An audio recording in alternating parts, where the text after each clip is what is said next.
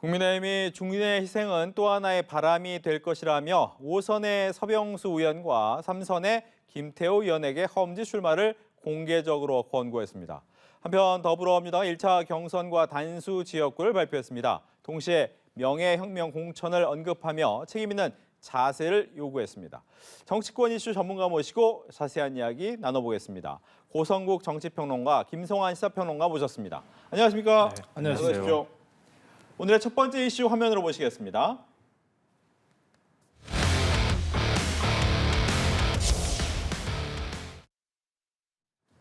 네, 여권의 중진에게 험지를 권유했다라는 내용인데 험지도 있으면 양지도 있겠죠. 대표적인 게 이제 강남을인데 정영환 공천위원장이 윤 대통령의 측근으로 알려진 이원모 전 대통령 인사비서관이나 또 박진 전 외교부 장관에게 대해서 좀 생각해보자라고 얘기를 했습니다. 어떤 의미입니까?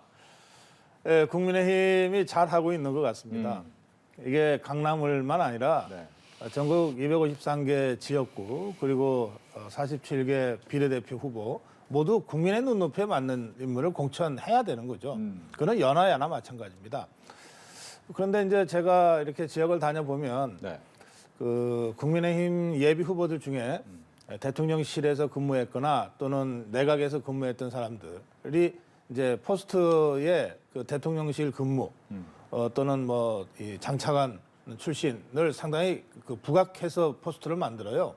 그게 뭐냐면 윤석열 대통령의 후광 효과가 자기한테 도움이 된다고 생각하니까 그렇게 하지 않겠습니까? 그렇다면 이제 윤석열 대통령 입장에서는 어쨌든 나와 함께 가까이서 일했던 사람들이 출마하는 건 좋은데 기왕이면 좀 어려운 곳에 가서 좀 용감하게 분전해달라 이런 기대를 가질만 하죠. 뭐 그렇게 표현한 적은 없다고 합니다만. 그래서 저는 이 국민의힘도 그런 차원에서 뭐 당장 강남을을 예로 드셨습니다만 네. 강남을뿐만 아니라 그와 유사한 지역들이 꽤 많이 있거든요.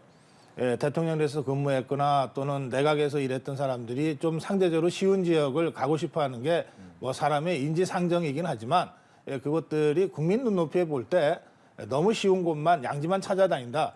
이런 시각이 비판적으로 제기될 수 있기 때문에 저는 조정이 필요하다고 생각합니다. 후보자들이 어느 선거구를 선택하는가는 그들의 자유죠. 동시에 그들에게 그 지역구를 조정하거나 또는 공천을 주거나 안 주거나 하는 권한은 당한테 있는 것 아닙니까? 그러니까 당 차원에서는 그런 조정을 강제로 하기 전에 권유하는 거죠. 본인들이 알아서 좀 정리가 됐으면 좋겠다. 뭐 이런 차원의 권고이기 때문에 저는 국민의힘이 잘하고 있다. 그렇게 평가합니다. 네. 윤 대통령도 특히 바라지 말라 이렇게 얘기한 걸 보면 윤심 차단하는 겁니까? 예, 그렇죠. 신경 쓰는 측면이 있는 거죠. 지금 오늘 날씨 좀 추워졌는데요. 네. 굉장히 따뜻한 지역이잖아요. 강남 같은 그렇죠. 경우에는. 더군다나 이제 강남 특히 이제 서초, 강남, 송파 이렇게 세 지역이라고 하면 특히 보수세가 좀 강하다 이렇게 볼 수 있잖아요. 네. 근데 그런 지역은 보통의 경우에는 전략 공천을 많이 했거든요. 근데 그런 지역에 이른바 이제 뭐 윤심을 안고 간다고 하는 대통령실 참모들이 들어가게 될 경우에는 뭐 전체적인 공천이 꼬이는 것도 꼬이는 거지만 결국은 대통령실에 있었던 사람들이 제일 편한 곳으로 간다 이런 비판적인 시각이 있을 수 있지 않겠습니까? 근데 더군다나 이제 영남권의 중진들은 좀 희생해라 이런 요구를 받고 있는 상황이고 예. 또 험지 출마까지 지금 요구받고 있잖아요. 그런데 대통령 가까이에서 있었던 사람들은 아주 좋은 지역구만 따뜻한 지역구만 간다고 하면 아마 여기서부터 꼬이기 시작하면 다른 사람들이 희생하려고 하지 않겠죠. 그러니까 그런 상징성을 고려해서 강남 지역에는 가급적이면은 대통령 참모 출신들이 가지 않았으면 좋겠다 이런 얘기를 하고 있는 것 같고요. 근데 이 지역만 가지고 그렇게 얘기하기에는 이른바 윤심 공천을 안 한다 이렇게 단정하기는 저는 좀 어렵다고 생각해요. 상징성이 크니까 이 지역에서는 가급적 가지 말라 이런 뜻이지. 대통령 주변 참모들이 뭐 지금 이제 언론마다 분석하는 게 좀 다르긴 하지만 30명대 후반 정도 된다고 하잖아요. 근데 주로 영남 지역에 지금 대부분 몰려 있는 상황이란 말이죠. 그러니까 영남 지역에 물갈이 공천이 이른바 이루어지게 된다면 그러면 자연스럽게 윤심 공천에 대한 반발이 있을 수밖에 없거든요. 근데 그런 반발을 좀 사전에 차단하려고 하는 목적이 일부 있을 것이다 이렇게 생각합니다. 예. 그 의미는 지금 뭐 오늘 5선의 서병수 의원이나 3선의 김태호 의원에게 좀 출마 지역을 다른 곳으로 가라고 한 부분은 또 다른 윤심에 작용이 될 수 있는 여건이 있다라고 보실 수도 있는 부분이 있겠네요. 근데 이거는 좀 경우가 저는 다르다고 생각해요. 네. 왜냐하면 서병수 의원은 서범수 의원이 또 있단 말이에요. 형제 국회의원이에요. 또 5선까지 사실은 했거든요. 네. 그러니까 국민의힘에서 가장 다선 의원 중에 한 명입니다. 그렇죠. 그러니까 험지 출마를 지금 요구를 받을 수밖에 없는 상황이라는 거를 저는 본인 스스로가 너무 잘 알고 있다. 근데 국민의힘 내부에서는 그런 얘기도 있었어요. 이번에 아마 출마를 못하지 않겠느냐 이런 얘기까지도 나왔거든요. 근데 서병수 의원의 바로 옆 지역구가 부산 강서갑이에요. 네. 그러니까 중강서갑이죠. 그러니까 지금 서병수 의원은 진갑이고요. 근데 부산 중강서갑 같은 북강서갑, 네. 북강서갑 같은 경우에는 낙동강 벨트에 해당이 된단 말이에요. 전재수 의원이 이제 3선에 도전하는 지역이란 말이죠. 그러니까 바로 옆 지역구니까 해볼 만도 하고 네. 또 서병수 의원 입장에서는 이번에 사실 출마를 하지 못할 수도 있는 상황이었기 때문에 좀 험지 출마를 요청받았을 때 이 정도는 해볼 수 있을 것 같다. 이런 생각을 했을 것 같고요. 김태우 후보 같은 경우에는 양산 을이잖아요. 그렇죠. 양산 을 지역은 해볼 만한 것 같아요. 제가 볼 때는 국민의 입장에서. 네. 양산 같은 경우에는 사실은 김두관 의원이 을 지역에 지금 버티고 있는 상황이란 그렇죠. 말이에요. 근데 그동안에 여론조사한 거나 경쟁력 조사한 것들을 보면은 김두관 후보가 이 의원이 다른 국민의힘 의원들하고 후보들하고 붙었을 때 조금 강세로 나타나는 지역인데 그렇다고 해서 한쪽으로 확 기울어진 건 아니란 말이에요. 근데 아무래도 인물 경쟁 구도에서 보면은 다른 후보들은 조금 무게감이 떨어지는 측면이 있다는 거죠. 네. 근데 그런 면에서는 김태우 후보를 양산 쪽에 험지 출마를 한다 하더라도 김태우 후보도 한번 해볼 만한 싸움이 될 것이다라고 생각할 수 있는 지역이라서 이 지역 같은 경우에는 험지 출마라고 얘기는 할 수 있지만 그래도 승부를 걸어볼 만한 지역이다. 아마 본인 스스로도 그렇게 생각했을 가능성이 있다고 생각합니다. 어떻게 보십니까? 이건 이제 두 사람에 대한 당의 압박이라기보다는 이제 권유인데요. 그렇죠. 두 사람이 다 광역단체장을 지냈습니다. 서병수 의원은 부산시장, 그렇죠. 그리고 김태호 후보는 경남도지사를 지냈는데 광역단체장을 지내면 그 지역 전반에 대해서 상당히 잘 알게 되죠. 뭐 대도시는 뭐 지역구 옮기는 게 크게 어려움이 없다고 하지만 그래도 부산에서 지역구를 옮기는 건 쉬운 일이 아니고 특히 경남 같은 지역에서는 아무나 옮길 수 있는 게 아니에요. 근데 광역단체장을 지냈기 때문에 그 지역구 옮기는 것이 상대적으로 용이하죠. 아하. 그리고 국민의힘 입장에서는 이 낙동강 벨트를 탈환하거나 사수하는 것이 굉장히 중요한 승부입니다. 그러니까 영남권 전체가 국민의힘의 텃밭과 같은 안정적인 그런 지역인데 비해서 유독 낙동강 벨트, 그러니까 경상남도 양산 밑에 김해, 그다음에 부산의 북구, 강서, 그다음에 사상, 사하로 이어지는 이 지역이 늘 취약했거든요. 그런데 지금 보면 맨 밑에 있는 사하는 조경태 의원이 버티고 있어요. 그렇죠. 그다음에 사상은 장제원 의원이 버텼는데 이번에 불출마 선언하면서 이제 어떤 대체 인물이 투입될지 좀 관심이죠. 그 바로 위에는 김도읍 의원이 지키고 있었습니다. 그런데 이제 중간에 이 김해하고 양산이 이제 위쪽에 해당되는데 이 지역이 더불어민주당이 4개 지역 중에 3개를 차지하고 있는 지역이거든요. 그러니까 이 지역을 공략하지 않으면 낙동강 벨트의 탈환 또는 사수가 어려워지는 거예요. 그래서 김태호 후보를 지난번 선거 때도 김해 출마가 당에서 요청이 나왔던 것인데 네. 이제 거부하고 고향으로 돌아간 것이고요. 이번에는 이제 양산으로 이제 권유가 나온 겁니다. 저는 김태호 의원이 뭐 윤석열 두 사람 다 서병수 의원이나 김태호 의원이 윤석열 측근은 아니에요. 그렇지만 당의 이러한 전체적인 전략 구도 속에서 당 중진답게 승복할 가능성이 높다 그렇게 생각합니다. 그리고 그 양산에 만약에 낙동강 벨트의 제상류에 해당되는 양산을 김태호 의원이 맡는다면 네. 그 중간 허리쯤에 해당되는 곳이 북강서입니다. 그러니까 그 길을 서병수 의원이 맡는 거죠. 그리고 하류 쪽에 조경태 의원이 막아주면 네. 이제 낙동강 벨트 전체가 국민의힘 입장에서는 상당히 강력한 라인업이 되는 거거든요. 이제 그런 전략적 행보로 두 사람한테 요청이 있었고 저는 두 사람 다 결국은 승복하게 될 것이다. 받아들이게 될 것이다. 서병수 의원은 이미 받아들였고 이제 김태호 의원은 결단이 남겨졌지만 네. 뭐 이게 될까 말까 이런 차원의 고민은 저는 아닌 것 같고요. 단 광역단체장을 지낸 그런 그 중진 정치인으로서는 당의 요청을 받는 것이 아마 순리가 아닐까 그렇게 저는 생각합니다. 네, 굉장히 정확하게 분석해 주셔서 제가 덧붙일 말은 사실 없는데요. 이런 상징성이 있어요. 그러니까 김해 같은 경우에는 봉화마을이 있잖아요. 그렇죠. 그리고 지금 양산의 경우에는 물론 양산 갑이긴 하지만 평산마을이 있단 말이에요. 네. 그러니까 노무현, 문재인 두 대통령 두 대통령과 관련되어 있는 지역이기도 하고요. 그리고 경남 지역 같은 경우에는 이번에도 민주당한테 그렇게 썩 유리하지는 않은 것 같아요. 전반적인 조사 나온 거 보면요. 네. 근데 부산의 경우에는 민심이 많이 요동친다는 얘기가 나오거든요. 그러니까 좀 중진 의원들이 험지 출마를 하고 낙동강 벨트에서 어느 정도 선전을 해준다면 부산 지역 전체에 미치는 영향이 있을 수 있다는 거죠. 그러니까 지난번에 이제 21대 총선에서도 전체 6개 의석을 민주당이 가져갔는데 부산 경남을 다 합쳐서 네. 주로 한 지역 빼놓고 5지역이 다 거기서 나왔단 말이에요.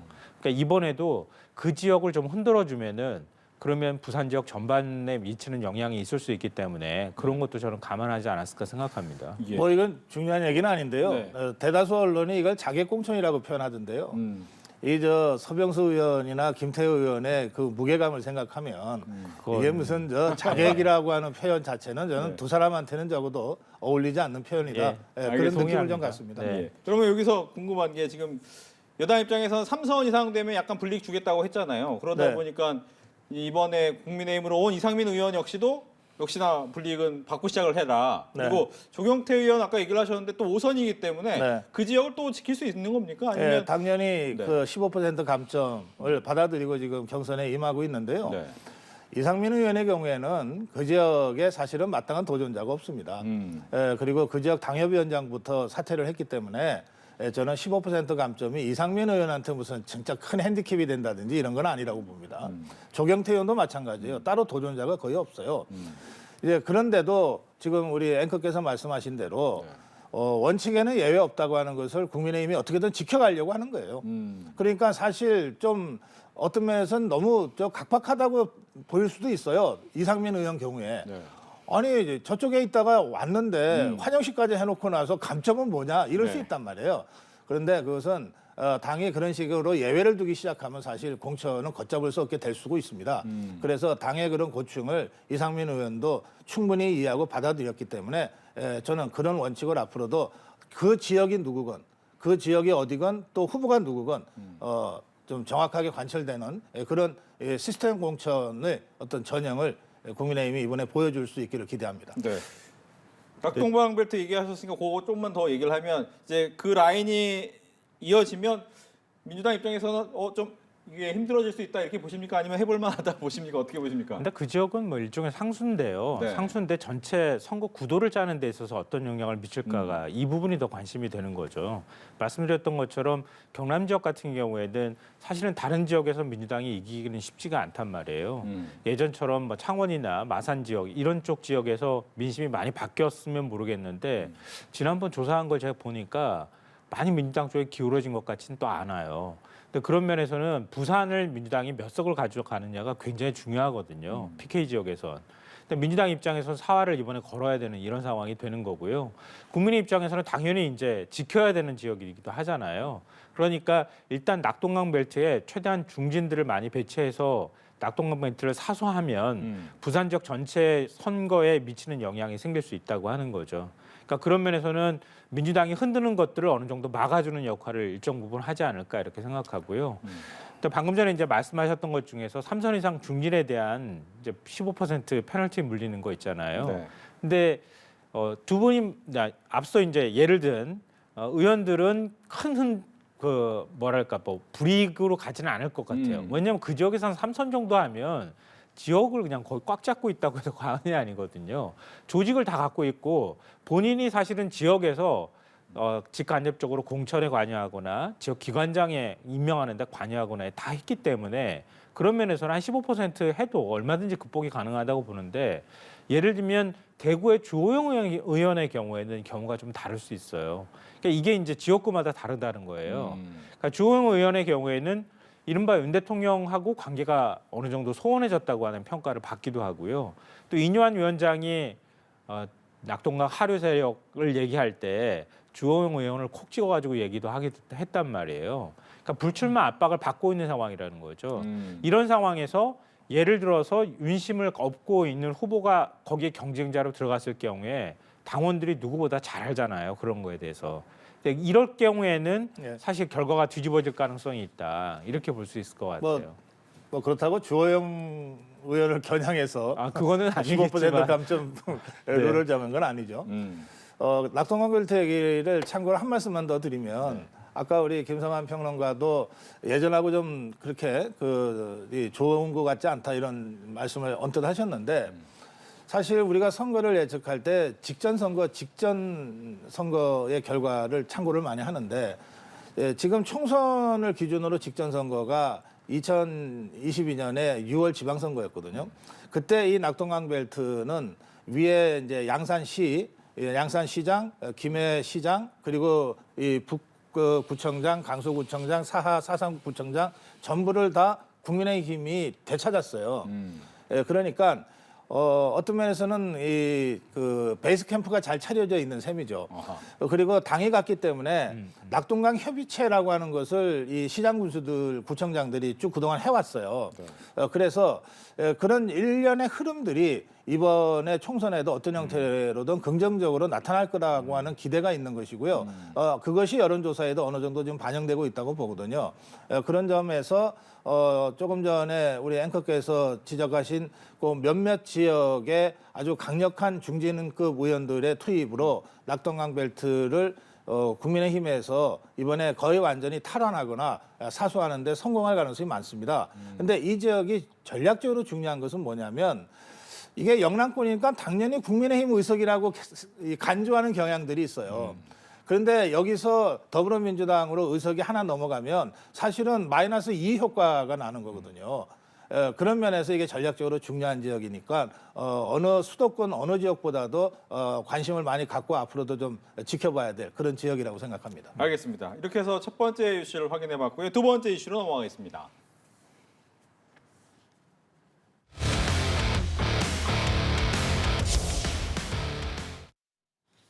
네, 두 번째 이슈는 야당의 이슈가 될 텐데 단수로 공천할 곳도 정해졌고 이번에 비례표제 관련된 내용도 나오고 다 같이 한번 얘기를 해보겠습니다. 이제 단수 공천 지역을 13곳으로 일단 정했더라고요. 좀 눈에 띄는 곳이 있습니까? 근데 이제 벌써 평가하기는 조금 이른 것 같아요. 제가 볼 때는 왜냐하면은 그러니까 지금 경쟁자가 마땅히 없는 곳에 단수 공천을 결정한 것 같아요. 그러니까 예를 들면 전략 공천을 한다고 해서 후보들이 분명히 경쟁 구도가 만들어져 있는데 근데 다 치워버리고 새로운 후보를 꽂는다거나 이렇게 했을 때는 상당히 문제가 많이 생기거나 아니면은 당의 어떤 전략적인 게 투영이 돼 있다 이렇게 평가할 수 있을 텐데요. 그렇죠. 이번에 결정한 거는 제일 쉬운 지역부터 선정한 것 같아요. 일단. 예. 그래서 그 지역에 계속 도전을 했던가 아니면은 국민의힘 중진 의원이 본인이 굉장히 털을 잘 닦고 있는 지역이나 이런 경우에는 벌써 이미 알잖아요. 저기 범위 있는데 거기 아무나 가가지고 덤빌 수가 없는 거 아니겠습니까? 국민의힘도 역시 마찬가지 상황이란 말이에요. 그러니까 그런 지역들을 주로 이번에 선정을 했기 때문에 이번 지역 가지고 전체 구도가 어떻다 이렇게 평가하기는 조금 이를 것 같아요. 근데 다만 이제 민주당이 이제 본격적으로 공천을 시작했다고 하는 거예요. 이제 국민의힘은 원래 자격 심사하고 공천을 동시에 병행해서 하는 거잖아요. 그러니까 이제 자격을 어떻게 할 거냐, 여기에서 몇 명을 배제했다 이런 소리가 나오는데 민주당은 가장 기본적인 자격 심사는 다 이미 거친 겁니다. 그러니까 후보들 간의 경쟁력 구도나 이런 것들 지금 여론사 계속 돌리고 있는 상황이니까요. 그런 면에서 이 지역은 한 명 외에는 더 딱히 경쟁자를 붙일 만한 지역이 없다고 하는 지역을 일부 선정한 것 같아요. 어떻게 보셨습니까? 그렇습니다. 지금 국민의힘의 1차 경선, 1차 단수 추천 지역이나 더불어민주당의 1차 단수 추천 지역은 경쟁자가 없어서 그런 것이고요. 또 경쟁자가 있더라도 여론조사를 해보니까 2배 이상 차이가 나서 이거는 경선 붙여보는 것이 소모적이다. 이럴 때 이제 단수 추천으로 지금 가는 것이기 때문에 그것은 전략 공천하고 조금 맥락이 좀 다릅니다. 그러니까 따로 논평할 뭐 그런 문제는 아닌 것 같아요. 다만 이번 단수천의 경우에 생각보다도 수도권의 단수천 지역이 좀 적습니다. 네. 모두 합쳐서 3개, 2개에서 한 8군데밖에 안 되잖아요. 그렇죠. 그 얘기는 뭐냐면 수도권은 다들 더불어민주당 입장에서는 해볼 만한 지역이라고 보는 거예요. 아. 그래서 후보들이 많이 몰려 있고 거기에서 뚜렷하게 두각을 나타내는 사람들이 현역 의원이든 누구든 별로 없다는 뜻입니다. 그래서 수도권은 다들 혼전 상태가 될 거고요. 그렇게 되면 이 상황에서는 예컨대 제3지대 신당의 작은 움직임 하나도 이런 수도권 지역에서는 영향을 줄 수도 있다. 그리고 이렇게 이 경선이 이제 치열하게 전개될 경우에는 컷오프가 된 사람들이 무소속 출마도 배제할 수 없거든요. 이제 그럴 경우에 또 그런 변수들이 있기 때문에 더불어민주당 입장에서는 네. 뭐 누가 봐도 이 사람밖에 없다고 하는 압도적인 지역이 별로 없다는 의미에서는 상당히 이후에 경선 이후 관리까지도 좀 신경을 써야 되는 그런 현실을 그대로 보여주고 있다고 볼 수 있습니다. 이전에 이제 뭐 이명박 위원장도 얘기는 하긴 했는데요. 네. 민주당의 경우에는 경쟁자가 이렇게 있는데 한 명만 단수로 그냥 붙여버리거나 이렇게는 안 하고요. 대부분의 경우에는 한 후보가 5명이나 막 4명 정도 나오면은 그 중에 현격하게 경쟁력이 떨어지는 후보 한 2를 배제한다거나 배제하고 나머지는 경선을 붙이는 과정을 밟거든요. 그러니까 그렇게 경선을 붙이는 구도가 만들어지는 건 아마 대부분 지역이 되지 않을까 싶어요. 그러니까 인위적으로 배제하기보다는 경선은 다 붙이되 현격하게 경쟁력이 떨어지는 후보를 배제하는 쪽으로 일부 배제하는 쪽으로 이렇게 가지 않을까 싶습니다. 예, 이어지면 말씀하셨다시피 이명백 공관위원장이 윤석열 정권 탄생의 원인 제공을 했던 사람들은 책임 있는 자세를 하라고 하는 것은 어떻게 해석을 합니까? 1번 친문 세력을 배제해야 된다라고 봐야 되는 건지 아니면 이분들은 책임 있게 좀 다른 지역에 한번 나가봐야 된다 이렇게 봐야 되는지 어떻게 봐야 됩니까? 근데 두 가지 메시지가 다 저는 들어있는 것 같아요. 근데 뭐 임종석 전 실장이나 뭐 일부 그 청와대에 있었던 참모 출신들이 좀 반발하고 있는 것 같은데요. 네. 근데 그거는 좀 감안해야 될 것 같아요. 제가 볼 땐 문재인 대통령이 정권 재창출에 실패한 건 맞잖아요. 그건 사실은 민주당 지지자들 입장에서 굉장히 큰 상처가 될 수 있는 얘기이기도 하거든요. 더군다나 문 대통령이 검찰총장으로 서울중앙지검장으로 파격적으로 발탁하고 검찰총장까지 만들었는데 그 사람이 결국은 대통령한테 반기를 들고 대통령이 지위에 지금 올라와 있는 거 아니겠습니까? 그 부분에 대해서 우리는 아무 잘못도 없다. 정권 심판론에 대해서도 이거는 잘못된 거다. 이렇게 부정하려고 하면 그거에 대해서는 아마 동의할 분들이 많지는 않을 것이다. 저는 그렇게 생각해요. 근데 다만 거기에다 책임을 어느 정도 무게로 져야 될 것이냐 이런 부분인데요. 이명백 위원장의 얘기는 사실은 은연중에 얘기를 한 거죠. 책임이 본인한테 많이 있다고 생각하는 예를 들면 비서실장 출신이나 이런 인사들이 지금 거론되고 있잖아요. 그런 인사들은 상징적인 측면이 있기 때문에 본인 스스로가 좀 용퇴했으면 좋겠다. 이제 이런 메시지는 던진 측면은 있는 것 같아요. 그런데 또 하나의 이제 측면은 뭐냐면 인위적으로 배제하지는 않는다는 의미이기도 하거든요. 그러니까 권유는 하지만 인위적으로 이 사람은 안 돼라고 하면서 배제하지 않는다는 얘기는 경선은 붙고 그리고 난 다음에 그 결과를 봐야 된다는 얘기인데 예를 들면 임종석 실장 같은 경우에는 중성동 갑이란 말이에요.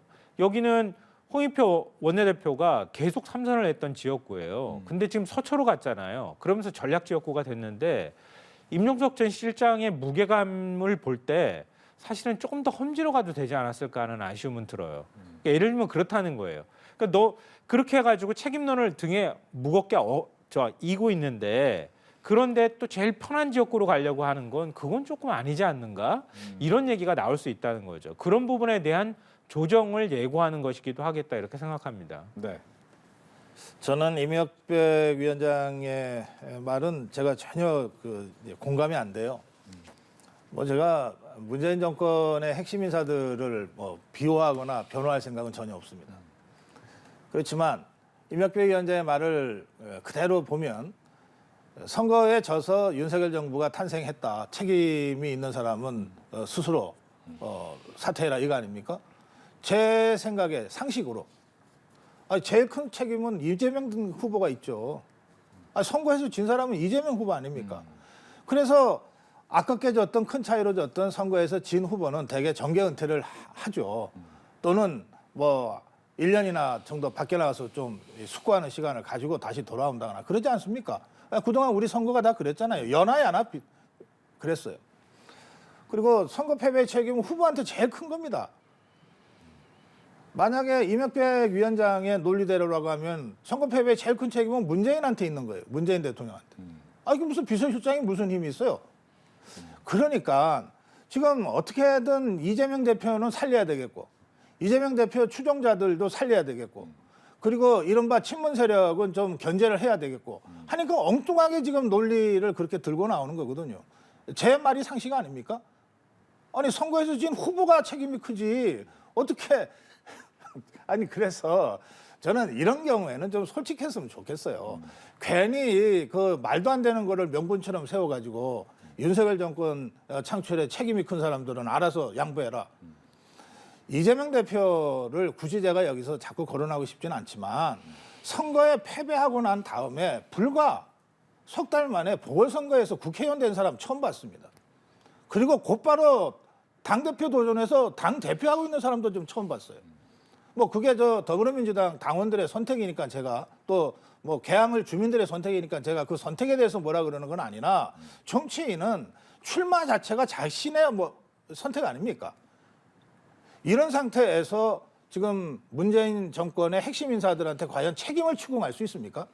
저는 이명박 공관위원장의 말은 처음부터 끝까지 전혀 납득이 안 되는 말이다. 그렇게 저는 평가하고 싶습니다. 네, 이 부분에 대해서는 저도 생각이 좀 다르기 때문에 말씀드려야 될 것 같은데요. 이명박 위원장의 얘기는요. 민주당 당내를 향한 얘기잖아요. 그러니까 대다수 국민을 향한 얘기는 일단 아니다 이렇게 생각하고요. 문재인 전 대통령 정권을 새로 만들지 못했기 때문에 책임이 있죠. 근데 퇴진한 대통령이 또 책임을 뭘 어떻게 지겠습니까? 그건 책임질 수 있는 방법이 마땅치 않은 거고요. 결국 그러니까 뭐 대통령 옆에서 보좌했던 사람들이 책임질 수밖에 없는 건 그건 뭐 불가피한 현실인 것 같고요. 그리고 윤석열 대통령이 만들어지는 과정에서 인사를 잘못했다고 하는 비판들은 민주당 내부에서 계속 있는 거 아닙니까? 지지자들 입장에서는 그런 부분에 대한 서운한 마음을 가지고 있을 겁니다. 그리고 말씀하셨던 것처럼 후보니까 이재명 대표한테 책임도 있다. 그럼 뭐 책임 있죠. 그거 책임 없다고 말할 수는 없을 것 같은데요.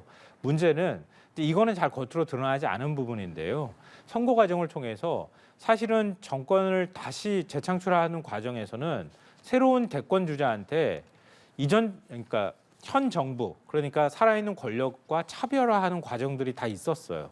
그러니까 예를 들면 이재명 당시 대선 후보가 문재인 정부하고 차별화를 시도했어야 할 필요도 있었거든요. 근데 차별화를 전혀 못했어요. 왜냐하면 당시에 문재인 정권에 있었던 참모 출신이나 그때 있었던 사람들이 막았어요. 제가 알기로는.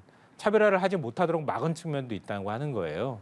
그러니까 이재명 대표는 문재인 정부의 책임론을 전부 업고 대선 출마를 했었다고도 볼 수 있거든요. 그러니까 당내에서는 그런 시각도 있다는 말씀을 드리는 겁니다. 그런 면에서는 이재명 대표한테 책임이 없다고 말할 수는 없지만 그 과정에서 차별화를 하지 못하도록 한 책임도 사실은 있다고 저는 생각해요. 아니 이거는 저 정치학적으로도 좀 의미 있는 논쟁이라서 한 말씀만 드릴게요. 네. 박근혜 후보가 그 후보로 있을 때 이명박 정부였지 않습니까? 그렇죠. 그때 이명박 대통령의 지지율은 20% 아래로 떨어졌어요.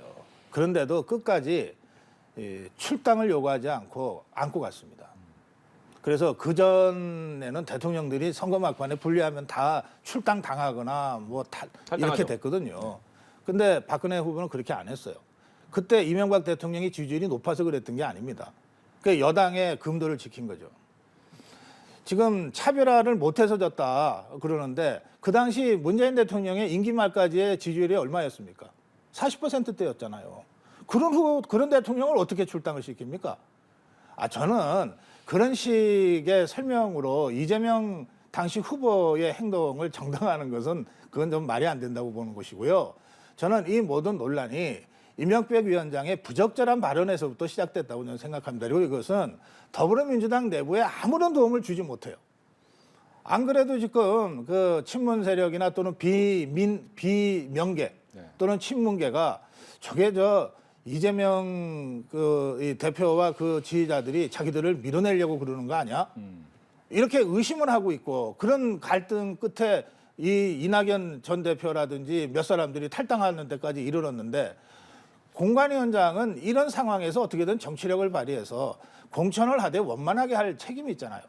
근데 이 사람이 오히려 이 친명계, 비명계 또는 친명계와 친문계 간에 이 갈등을 조장하는 그런 발언을 하고 있지 않습니까? 그러니까 저는 저 발언이 부적절할 뿐만 아니라 사실에도 맞지 않다. 예, 그래서 제가 말씀드리는 거예요. 다른 주제로 넘어가야 되는데 짧게 제가 좀 30초만, 말씀드리면요. 30초만 드리겠습니다.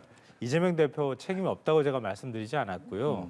너무 과도하게 책임을 말씀하시기에 말씀을 드린 거고요. 네.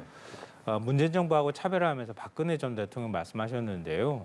이미 박근혜 전 대통령은요. 그 자체가 일종의 여당 내 야당이었어요. 그러니까 굳이 차별화를 하지 않아도 그 2007년 경선 때부터 시작해서 계속 이명박 정부하고 이명박 대통령하고 싸우고 친이계 뭐 친박계 공천 학살부터 시작해서 계속 배제를 당해왔던 입장이었단 말이에요. 굳이 차별화하지 않아도 네. 그 누구 야당보다도 더 차별화가 된 인물이었기 때문에 차별화를 언급할 필요가 없었다 이런 말씀 알겠습니다. 드립니다. 알겠습니다. 마지막 이슈로 넘어가겠습니다.